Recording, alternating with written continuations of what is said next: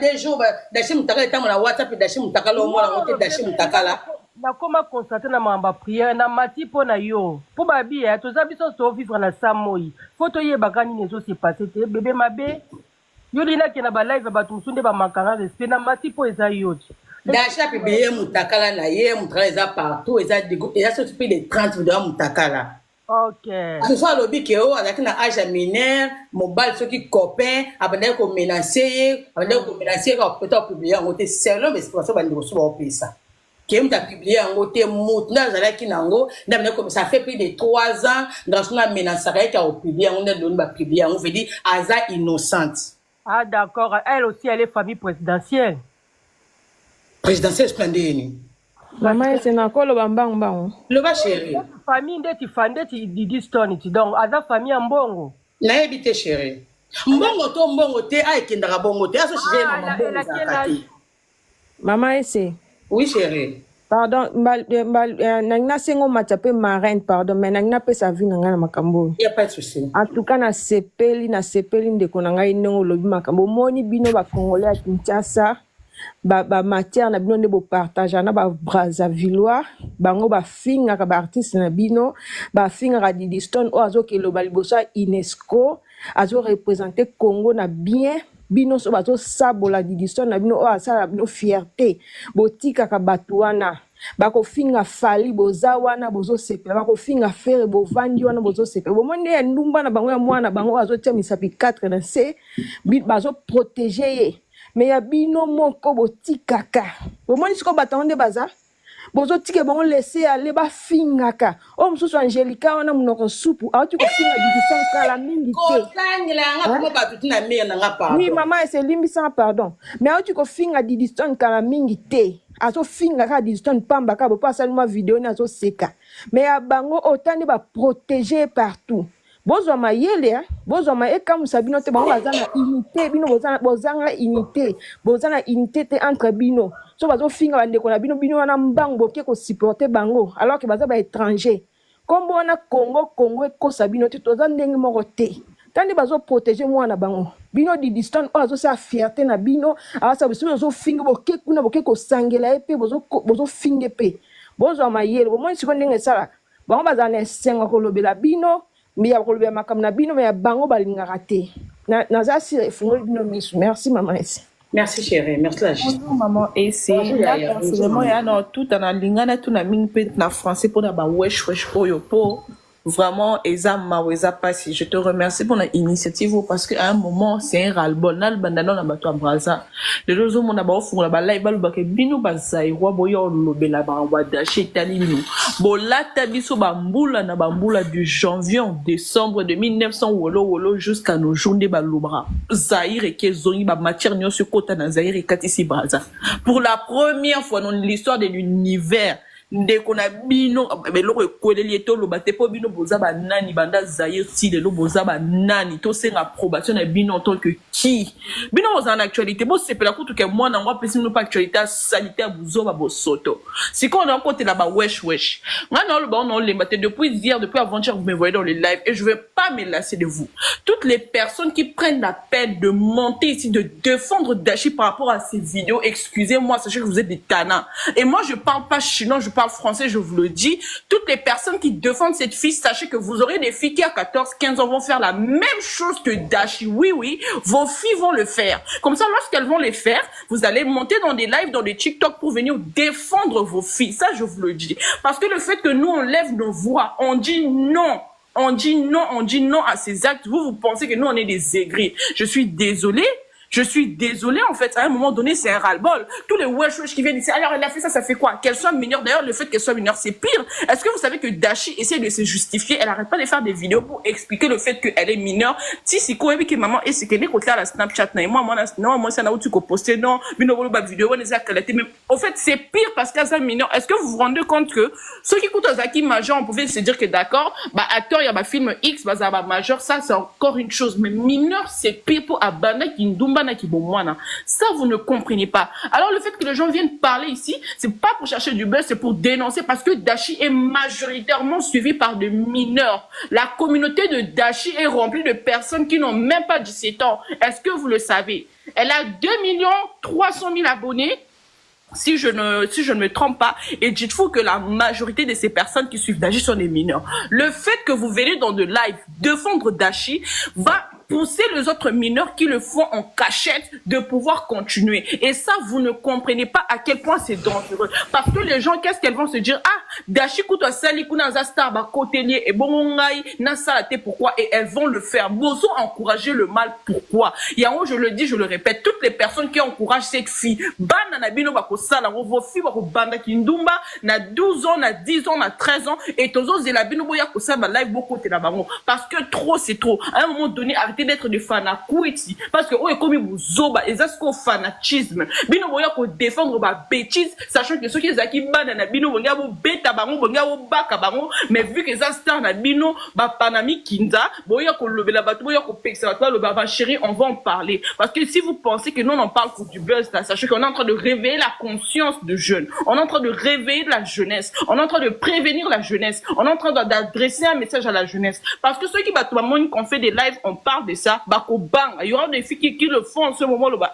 En tout cas, moi, je vais pas faire regarder comment on a fait Dashi. On l'a publié, les gens ont fait des lives. Et vous ne comprenez pas ces messages parce que vous n'êtes pas assez mature. Vous réfléchissez avec vos émotions. Vous ne réfléchissez pas avec votre cerveau. Parce que vous ne comprenez pas le fait de protéger cette personne, c'est encourager le mal, c'est encourager ses actes, c'est dire que oui, à ta salaire, oui, que ça, les l'autre côté, c'est normaliser ce qui est anormal. Alors, si vous n'avez pas assez de maturité dans vos têtes pour comprendre cela, je suis déçu, en fait.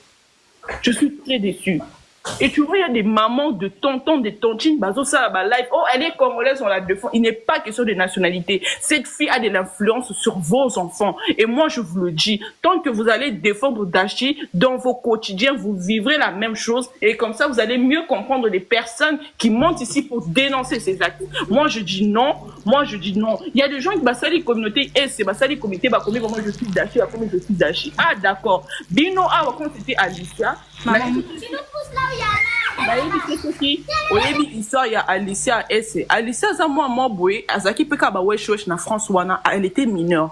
Alicia moi na kutu nani Dashi ba vidéo ne bimi azaki kozwani Alicia moi na ba veiller hein pour que na ba na code ba bloquer ba veiller ba sala ba makambo ye pas sala ba makambo oyebi ke ba wesh nyonso ba bima ba finga Alicia ba lobela ye ba finga nu ba baka ba telemela ye mais oh ya Dashi et comme au nom du fanatisme ba to ba bosani Dashi plus de 90 vidéos il y a plus de 90 vidéos ya Dashi pour ayo yebisa bango kazaki moi muke bango nyonso ba tomboli maboko ba lobi ke no botika ebe makambo ça a qui moi muke. Je suis désolé, je le dis pour la millième fois, tous autant que vous êtes des hypocrites. D'ailleurs, même pour en finir avec vous, le wesh, vous faites semblant de défendre Dashi, mais dans vos DM, dans vos privés, vous transférez les vidéos des Dashi. Vous transférez ces vidéos, vous partagez ces vidéos et vous rigolez avec vos copines dans les FaceTime. Je suis désolé, tous autant que vous êtes des hypocrites. Vous faites semblant de soutenir Dashi, mais dans vos cœurs, vous pensez la même chose que nous.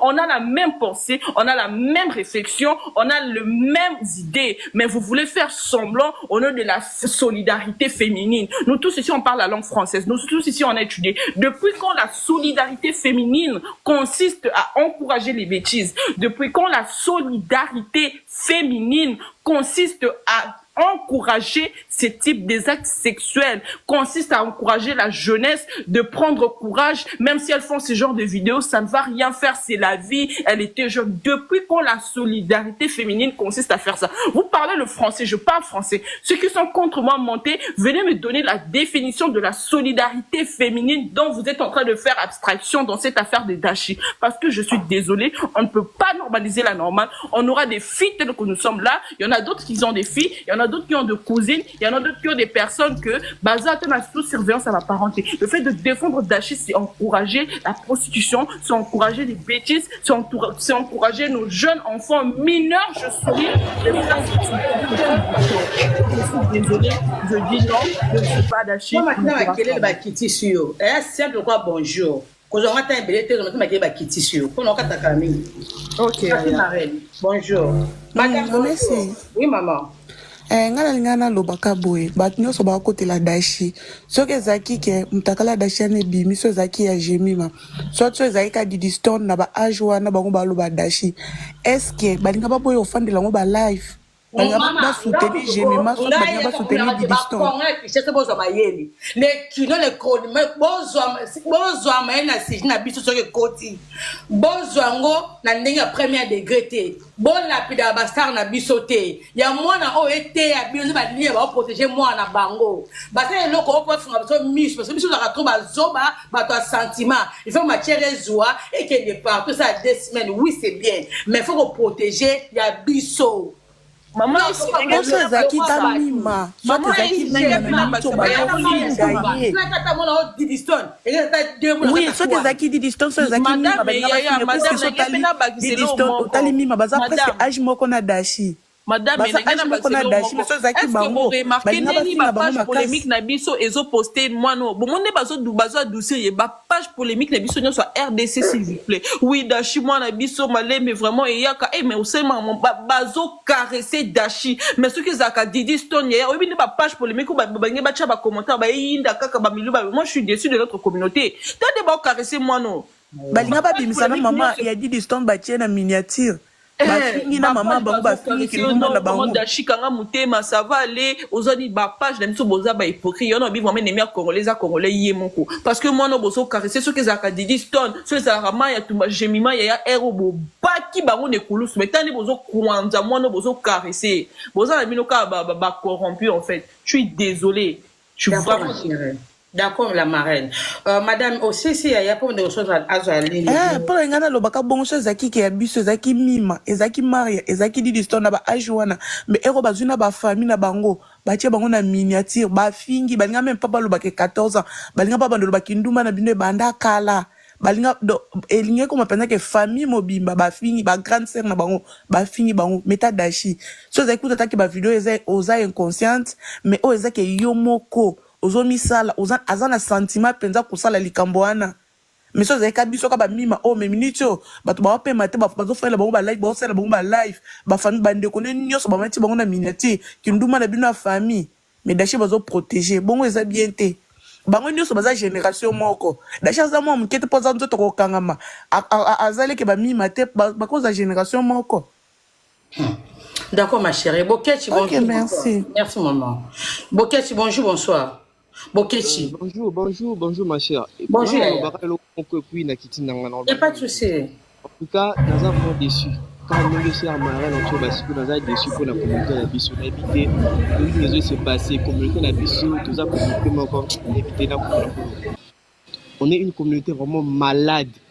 Une communauté pendant sur la solidarité, beaucoup de la respecter partout. Partout, je suis désolé pour cela, mais en tout cas, quand on a façon, entre les campagnes, moi, Congolais, bien pour moi, fais-moi l'ombre. Au moins, la page beaucoup match, même dans la page, j'avais une ennemie.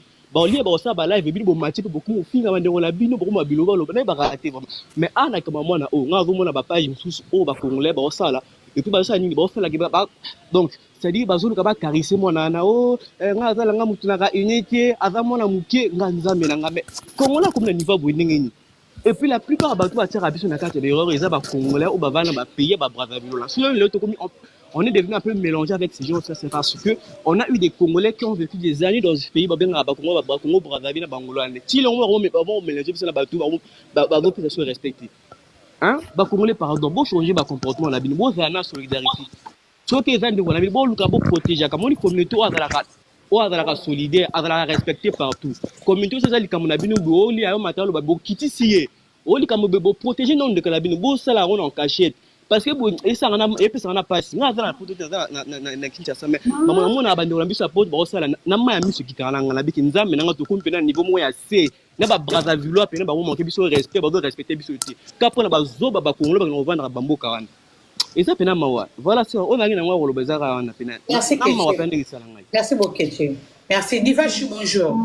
Bonjour ici. Bonjour Yaya. Ngapi nalingi na intervenir mpona koconsultiser oyo mwana wuti osala wana en tant que maman tokobomba bosoto wana te Parce que nga pe na yikoloba. Lokola maman a outko kita tout à l'heure. Bosoto oyo ye Tapotez la famille, s'il vous plaît, tapotez. Dashi a outko sala azana communauté mobimba oyo et suivre que ye communauté oyo et suivre que petite wana Isabana Mike. Ce qu'elle a fait, c'est condamnable. Ce sont les enfants qui suivent cette petite. Ce qu'elle a fait, ce sont les enfants qui la suivent. Ce sont les petites. Elle était, et à Bondumba Yassali à 14 ans. Les images qu'elle envoyait, elle était consciente. En partageant, c'est pas que quelqu'un qui l'a menacée. Les nudes qu'elle envoyait, elle était consciente, elle envoyait à son petit copain. C'est pas quelqu'un qui lui disait, on lui avait pas pris un revolver pour lui dire, on va te tuer. Bon, je vais pas employer les gros mots pour n'avoir qu'à live. Pas que Batia qui est mon dos qui pour non, si tu n'en vois pas, on te fera du mal. Elle était consciente. C'est plus de 60 vidéos qu'on a vues. Ceux qui m'ont on devait dire que non, il y a erreur. Mais c'est plus de 60 vidéos effritées. Donc, plus de 60 vidéos, ce qu'elle dit que non, il y a qui sous menace, il y a menace. Elle était consciente de ce qu'elle faisait. À 14 ans, on va à l'école. À 14 ans, elle était dans sa chambre, elle se faisait doigter. Avec sa conscience. Donc, elle ne prenne pas les gens pour les idiots. Donc, quand elle est sortie pour assumer, elle sait ce qu'elle fait. Donc, Batoba Loba, non, elle est triste, non. Donc, le fait qu'elle assume, elle sait ce qu'elle faisait. Donc, elle a commencé à faire sa vie de prostitution depuis qu'elle était mineure. Donc, là où elle est, bah maman, bah qu'on conscientiser, bah oh bah tikali. Donc, on doit frapper sur la table pour dire, bah oh bah tikali na sima. Bah na oh bah tikali na sima. Ce qu'elle a fait, ce n'est pas bon. C'est pas une bonne s'il vous plaît.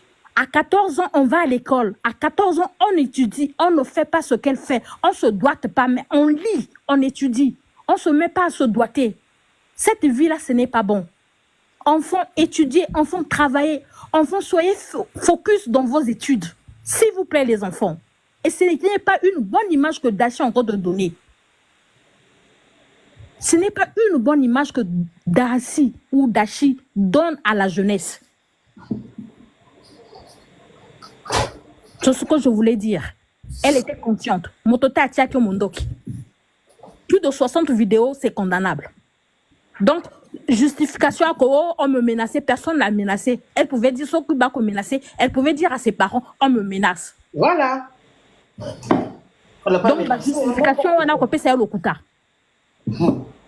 Merci. Merci, Nakiti. Merci, mamie. Bataza, bonsoir, bonjour. Bonsoir, bonjour, là vous êtes. Bonsoir tout le monde, le ballon de Bisson. Bonsoir. En fait, moi, là vous saluez, franchement.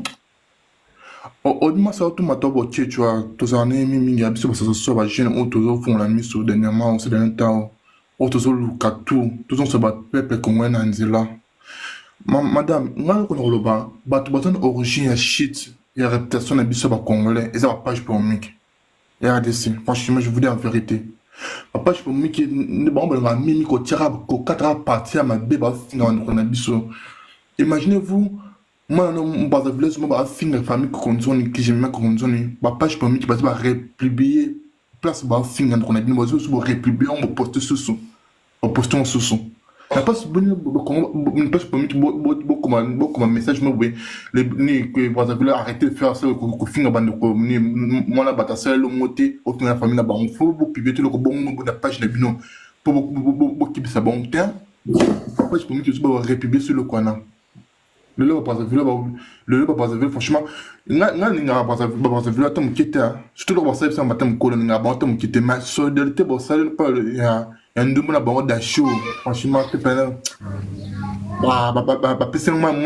moi sur un dambo imaginez-vous ceux qui sont congolais à des cibas qui n'ont pas zaïrois tous qui m'a casse bon nous tombons bailler à n'importe quoi nous biso n'importe quoi le artiste n'a biso tout signer continuer de bannir va continuer parce que oh voyez parce que bazali boy to qui compte beti to sensé tout comme takala ba comme tout sur tika ba ba ngabiso imaginez-vous du coup pas da chiku ta yebante da chiku to yebane ka braza na France ba na wesh ba yebane ka des pays na mais dès que ba protéger à bon na biso diston Bravo les Brazzavillois, bravo.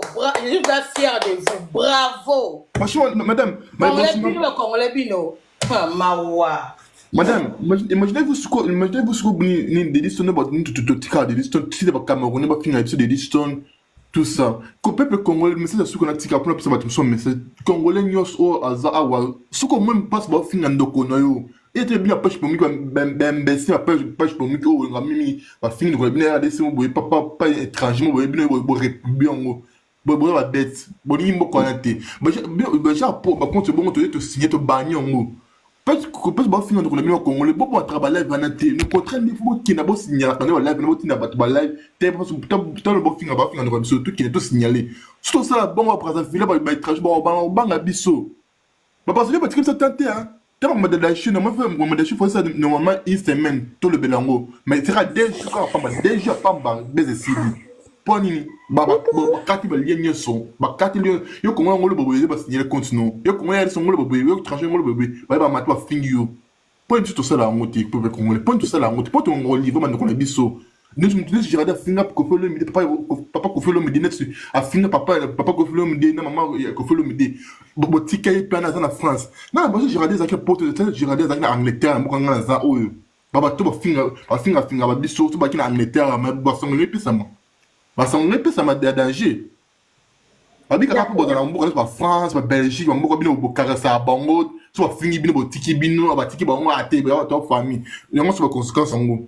Parce qu'on est il a ba bonam tema passi. D'accord D'accord Bataza, merci beaucoup. Déborah, bonjour, bonsoir Déborah.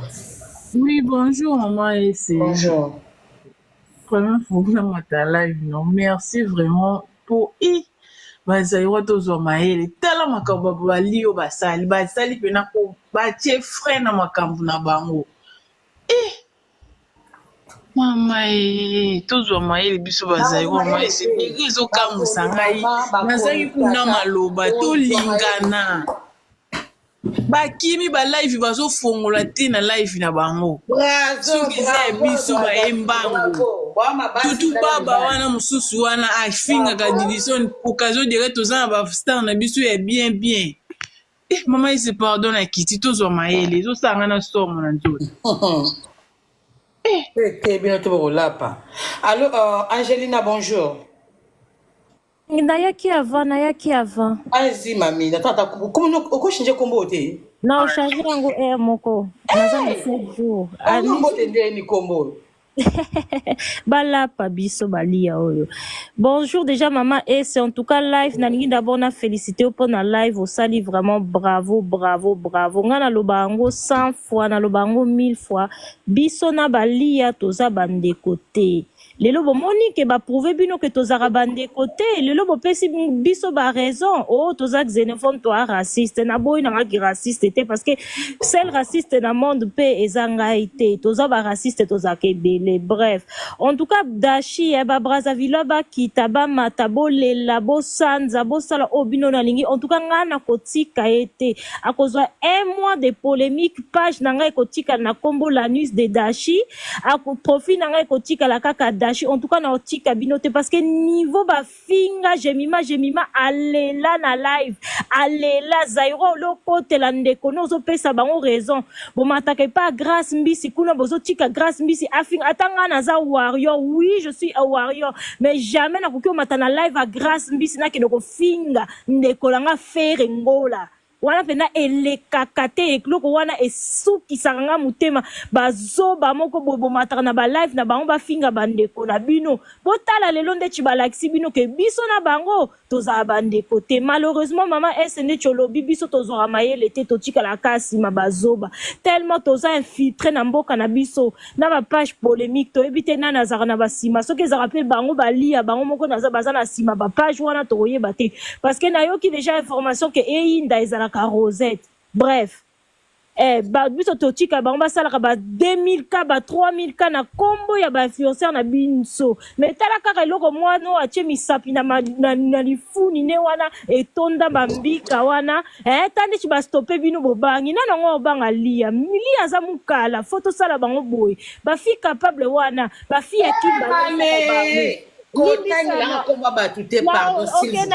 nalongoli koma bato bango babraza chien wana balesaka bango na bafi bauta kishasa eza mpe bainfluenceur na biso mutu baza fautif parce que bango mutu bapesaka bango biloko mpona bafingaka baninga na bango ya RDC en tout cas nga pena na sepe ndeti balakisi bino face na bango ke tozaka bandeko te nga nalobi boye omoni lia aksa na bango eyebaka ndeti divashu wana amataki wana aza na ye braza chien aksa na bango eyebaka nango facilement oyoki ka aksa ya bawana osali bango ndeti nene asalaki na live na ye okitisi olobi kita ofingi ye orapele mbata mokolo omoni boye baye na mini polémique bo signaler bango en masse parce que bango balakisi biso ke tozala bandeko te biso kaka nayebi te soki kindeko nde soki 100 millions d'habitants tokokani te towana babesoin babrazzaville bato bauta soki Sénégal bauta Cameroun bauta soki wapi bozwi mpena neti balakisi bino ke boabandeko en tout cas nga nazalaki vraiment mingi na TikTok te mikolo mama ese nalandi mpena likambo te ka 2 jours naolanda naoka nini ata nini yango video na moni te en tout cas nga moko na kosala live en tout cas fi oyo akokota miniature ata pendant 1 semaine nakosambwisa mpena lokola basambwisa Didiston nakosambwisa ndeti basambwisaka Frere Ekola na Fally nakosambwisa ndeti basambwisaka Koffi Olomide nakosa fo asambwa mpenza fo mokili mobima mpena emona ye mpena ke bango mpena kindumba ezalaka ya kibebebe epi ndeti oza bino bozokamwa nini na Brazzaville kuna bamama na mwana baketaka oteka lisoko na bango epa bawara mpo na lipa na mwamba bakobaka minene bola monona yo nalingaka bango te mama en tout cas neti baza bongo bato oyo fo basentir mpena ke biso na bango toza bandeko te tokoki mpe kozala mpe bandeko te tokosambwisa mwana oyo bazela dimanche na ye na eloko osala te nakosala ele live ata ya 3h 4h dita kaka na foto na tie na profil na nga alapa en tout cas babrazzaville ngai na kotika bino te l'anus de Dashi na kiti mama bolekisa weekend malamu ai na kombo na maloba na munoko ya somo mama ozana nini na verre na nani soki malambwa ekoni makasi maman. Allô. Bonjour mamie, bonsoir yaya. Bonsoir maman. Bonsoir mamie. En tout cas, but à live eza mpona kopesa opinion na moto ou bien eza genre awa toza bato contre Dashi. Pesa point de vue na yo. Pesa point de vue na yo. Là tu es à l'aise maman. Ah merci. Na suivre batebele balika na live awa. Nga en fait point de vue na les amis. Lelo ba nu da Dashi ebimi non. Oui. Et bimi et tout. Est-ce que Eza Dashi moto azwa ba nude wana bimi si anguna chapwa yemoko? D'accord. Yaka kolongate. On pose la question, c'est ça non? On a répondre à yo.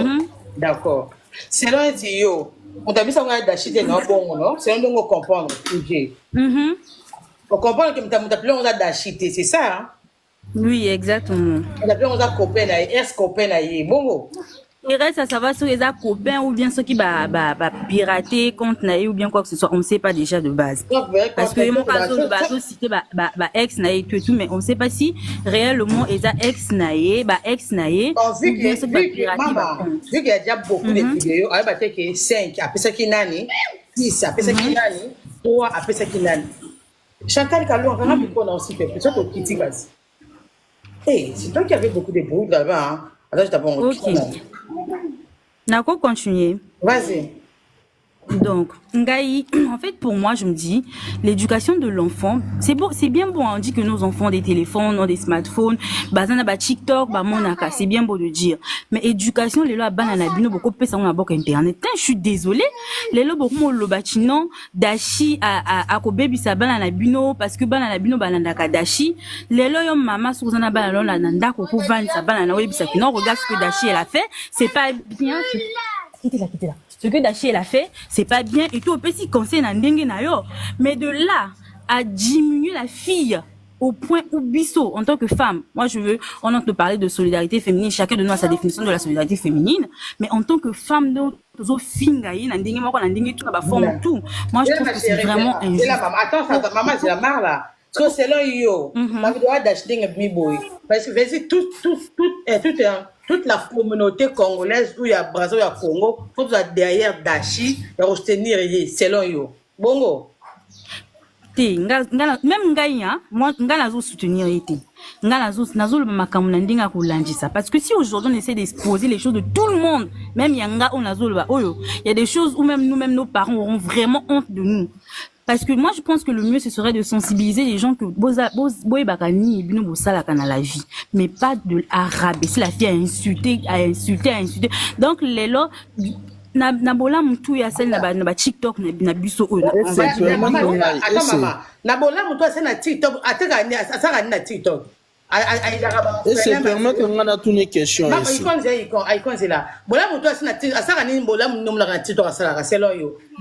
Déjà dans la profondeur, déjà on a vidéo tout, mais quand il s'agissait du génocide à Kinshasa, et on avait parlé comment ça l'affectait. Il y a pas mal de choses, il n'y a pas que ça. Comment elle se bat dans la vie, peu importe elle monte ça sur les réseaux. Comment elle se défend. Il y a pas mal de choses en fait. Donc pour le mal de tu peux peser tout ma bolam pour du mieux en fait. Maman Zela, ndenga saka bolam, ça bolam na saka pona yo, pona ngato pona ye. Bolam wa saka pona ye. On a pu question bien. Je pense que question là pour poser en ouais bien à ça là pour naïe. En vrai à ça là pour naïe pour la visibilité naïe pour la mbongo naïe. Mais les langues de bimi pour naïe en fait et bimi pour na bisoter on va pas passer nos journées à insulter la vie jusqu'à ce que les gens donnent des noms. C'est bon hein maman. C'est ça. En fait, on a boité bolobati, mais boyé, bolobana sagesse tout en fait. Parce que les gens qui depuis longtemps à la zone, c'est même depuis quand tu as venu dans les réseaux sociaux, on a sagesse, na caresse. Pourquoi il faut que la Dashi analyse, caresser na sagesse, na intelligence? Parce qu'elle est qui d'abord? Elle est qui Dashi? Et c'est pardon, sans permission à poser une question, pardon. Marla, bonsoir. Bonsoir papa.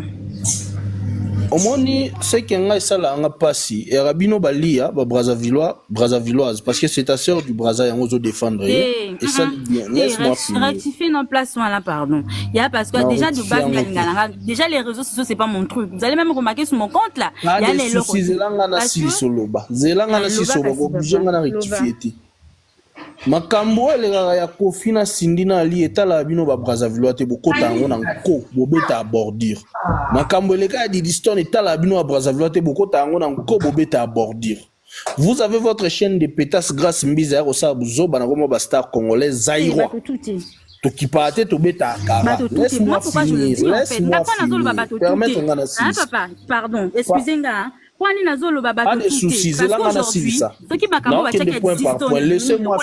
Laissez-moi finir. Si continuez papa. Ok. Bozana ba désert, toza même na ba nudité roga to publier en côté. Bino ba Brazzaville oya biso mkia bokota na nko vous traitez des Aïrois de tous les noms. Vous avez même vos sœurs au baleka ba finga 120 millions de peuples. 120 millions de personnes. Aujourd'hui, on a 124 millions de population. Congolais de la RDC, Bafingama. C'est toujours vous les Brazzavillois. Lorsque les Camerounais vont mater la bino, ils vont voir Bobate la mbanga na bino. Si la fille ici aux Zoloba, bisote à Totinagia yo sala porta porti. Bisote pem Totinagia sala parce que j'ai mima kokonzo ni gutu ala likamba mkie. Bo sokola j'ai mima na niveau moko ezara na fête à Brazza. Na moment na mona ote Marlo Matolo bagé. Malheureusement la moi na TikTok je pense. Parce qu'il y a des Zaïroises, parce que c'était Jemima Pokondo, na Silisa. En fait, nga la zolo bana ni kota RDC ni kota Congo Brazzaville. Nga la zolo bana logique des choses. Mais la Brazza on va parti pris. La responsabilité de l'éducation de nos enfants, ça nous revient à nous. TikTok et Kendara Bongo responsabilité wana mama banda ko apprendre ngona bandeko na yo ba Brazzavillois na Brazzavilloise ke makamba RDC tala ka bango te. Batika kodiembela biso bosala ya bino mokili. Là d'abord c'est être intellectuel, leur dire que mes sœurs, mes frères, Ce qui se passe de côté de la RDC ne concerne pas. Soit là, soit liboso, soit les devants, l'obéla yango.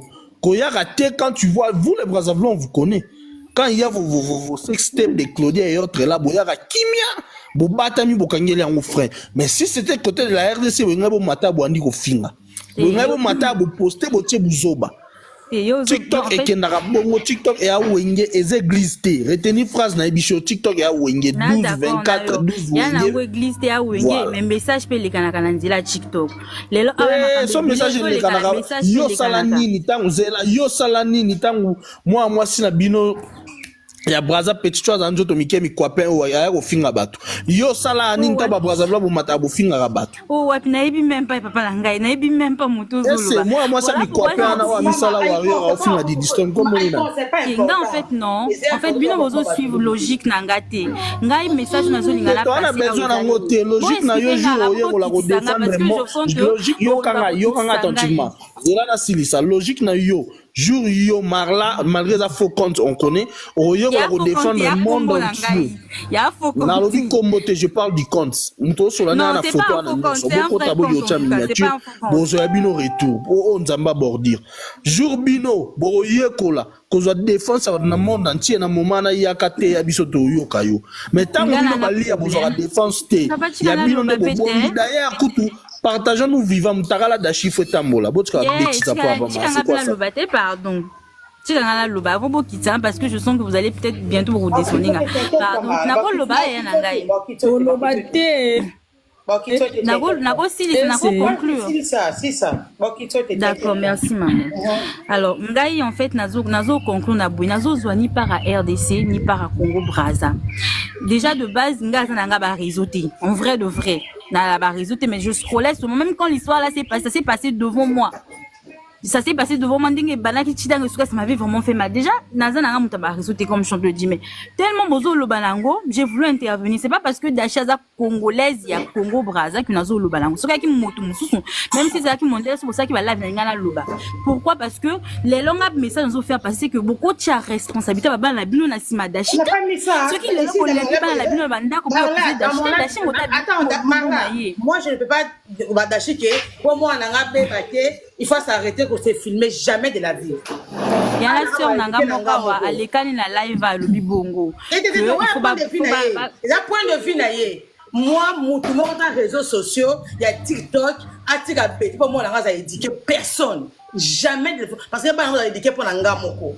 Nga éduquer ba nanga. Eza d'archité, eza de distonité, eza yoté, eza influenceusité. Personne. Muto to éduquer moi nanda kuna ndenge na ye. Mutaka d'archité nde e ko affecter ba nanga ya bato mususu mengati. Et personnellement nga penza non. Désolé, pas moi. Voilà, ce qui est quoi affecté ben la bisoté, mais moi je pense que les lives que nous sommes censés faire aujourd'hui sont des lives de sensibilisation, dans le sens où moi c'est ça qui te j'insiste encore. Ne viens pas parler de la Chine, on n'a pas besoin de ça. Pardon, nazo kita 1 minute, il y a nanga mobali. Les lorsque le biba exposé ma comme la bisoto tout ça là canon. Il y a personne ici là qui va ouvrir la bouche pour dire que non, même nga mutuna zo loba oyo. Ce qui va bimisa ma comme tout ça là kana intimité. Bobo autotina kana baninga. Aujourd'hui c'est pas Dashi qui a sorti ces trucs, c'est sorti comme ça. Mais de là à insulter la fille. Attends, s'il te plaît Marla, attends. C'est là yo la vidéo Dashi kasi. Eh bon ma chérie, esali nini soki bazo finga Dashi. Esali nini? Soki bazo finga vraiment Dashi esali nini? Obibino ba Brazzaville bo mitema mabe hein. Boza vraiment mitema mabe ya mabe. Biso to fanda a bino ba Brazzaville bo kosela Jemima makambu ko Jemima ba publier ye. Njoka ndeza ki Jemima te. Boke ko luka ba photo ya batu musupo ya ko kosa ngo eza Jemima. Tala ni bo matina ba live ba ndeko na bino ba Brazzaville ndenge bazo loba. Toi moto moko ya makama Dashi. E komi ke o ba na Dashi te parce que Dashi aza nani. Bana kana Congo te toi moto moko. Toi moto moko toi mama Dashi aza nani. Ya Jemima ce qui les lona ce qui na mwana kama na tonga na ndeki na mazali na ndoki na kayibino lo va ba ndoki. Oh Seigneur. Ah maman na kichi na nga merci na oyo pesinga